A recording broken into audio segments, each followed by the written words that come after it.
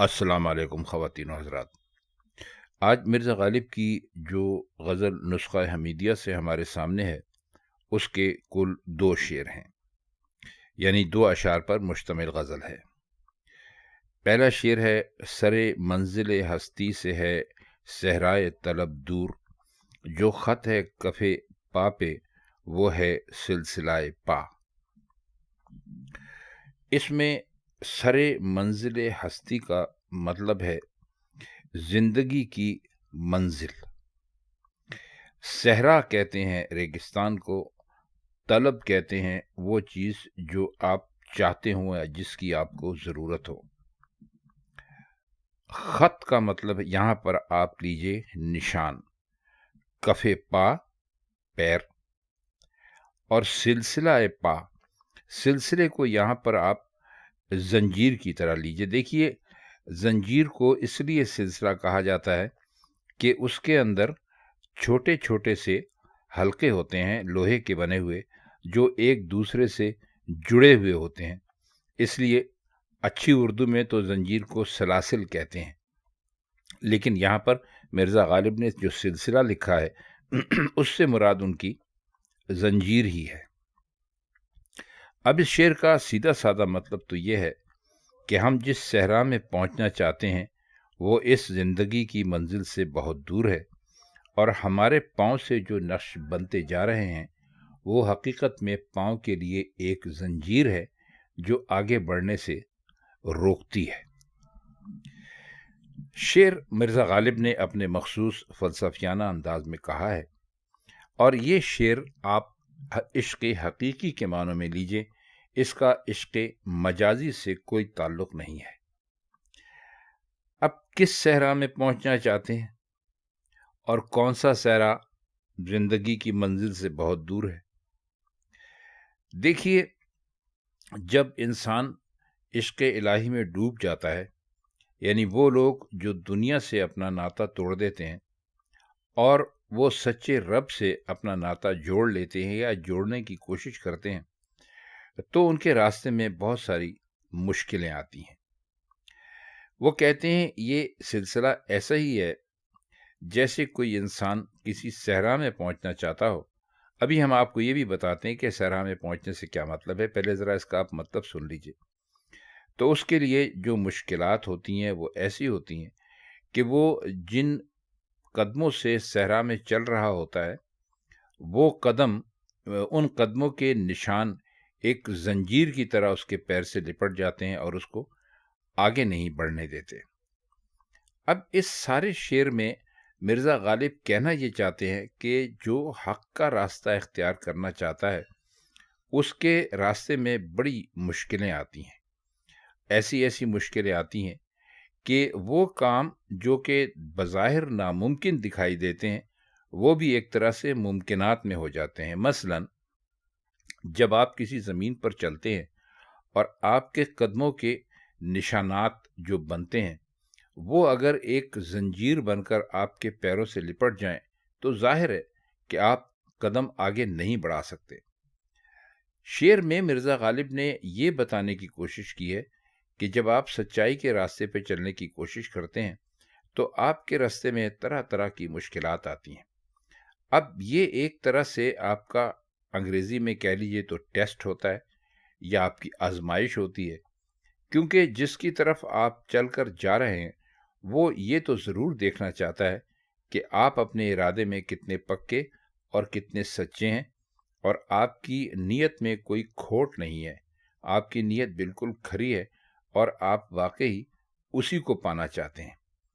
तो शेर अपने इन मानों में काफ़ी गहरे माने रखता है कि इस शेर में उन लोगों से मिर्ज़ा ग़ालिब मुखातिब हुए हैं जो लोग के हक़ की तलाश में होते हैं, लेकिन साथ में वो आसानियाँ भी ढूंढते हैं। देखिए, हक़ का जो रास्ता होता है उसमें हमेशा कांटे होते हैं।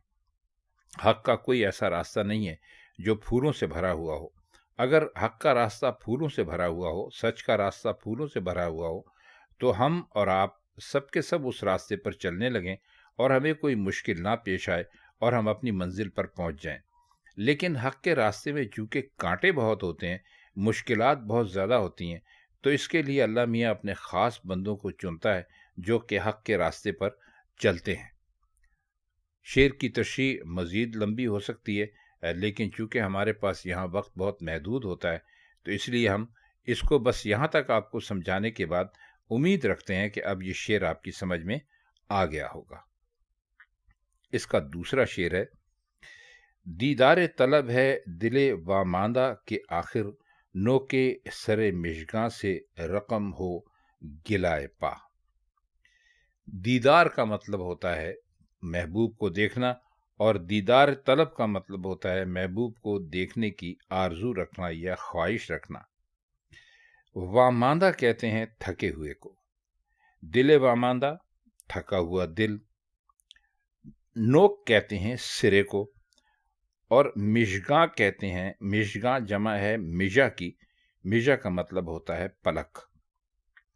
رقم کا مطلب یہاں پر ہے لکھا ہوا، گلائے پا پیروں کا گلا۔ اب اس کا مطلب کیا ہو سکتا ہے؟ اس کا مطلب یہ ہے کہ ہمارا تھکا ہوا اور پیچھے رہا ہوا بھٹکا ہوا دل محبوب کے دیدار کا طلبگار ہے، یعنی وہ محبوب کو دیکھنا چاہتا ہے۔ چاہیے کہ پاؤں کا شکوہ قلم کی بجائے نو کے سر مشگاں سے لکھا جائے، یعنی پاؤں کا جب شکوہ لکھنے بیٹھیں تو قلم استعمال نہ کریں بلکہ اپنی پلکوں کو استعمال میں لائیں۔ پلک بھی آپ دیکھیے، اگر ایک پلک اگر آپ الگ کیجئے تو وہ بھی ایک قلم کی طرح ہوتی ہے، جس سے کہ شاعر تو یقیناً کچھ نہ کچھ ضرور لکھ سکتے ہیں۔ کہتے ہیں ہم چل کر اپنے محبوب کی بارگاہ میں پہنچنا چاہتے ہیں تاکہ ہمیں اس کا دیدار ملے اور ہم خوش ہوں اس کو دیدار کر کے، مگر ہمارے پاؤں ساتھ نہیں دیتے۔ تو ان کی شکایت لکھنے کے لیے جو نو کے سر مشگاں ہے اس سے اچھا قلم کیا ہو سکتا ہے۔ شعر میں بہت ہی لطیف اور بہت ہی عمدہ انداز میں مرزا غالب نے ہمیں یہ بتانے کی کوشش کی ہے کہ جب آپ اپنے محبوب کو ملنے کے لیے جاتے ہیں اور راستے میں آپ کو کوئی دقت یا کوئی دشواری پیش آتی ہے تو اس کا شکوہ آپ عام قلم سے نہ لکھیے، آپ اس کا شکوہ اپنی پلکوں سے لکھیے۔ دیکھیے پلکوں سے لکھنا تو بہت مشکل کام ہے۔ آپ پلک سے لکھنے کا مطلب یہ ہے کہ آپ اپنی آنکھ کو زمین پر ٹکائیں گے اور پھر اس سے لکھیں گے، تو جب آپ اپنی آنکھ کو زمین پر ٹکائیں گے تو زمین پر جو مٹی خاک دھول ہے کی آنکھوں میں پڑ جائے گی اور آپ دیکھنے سے محروم ہو جائیں گے۔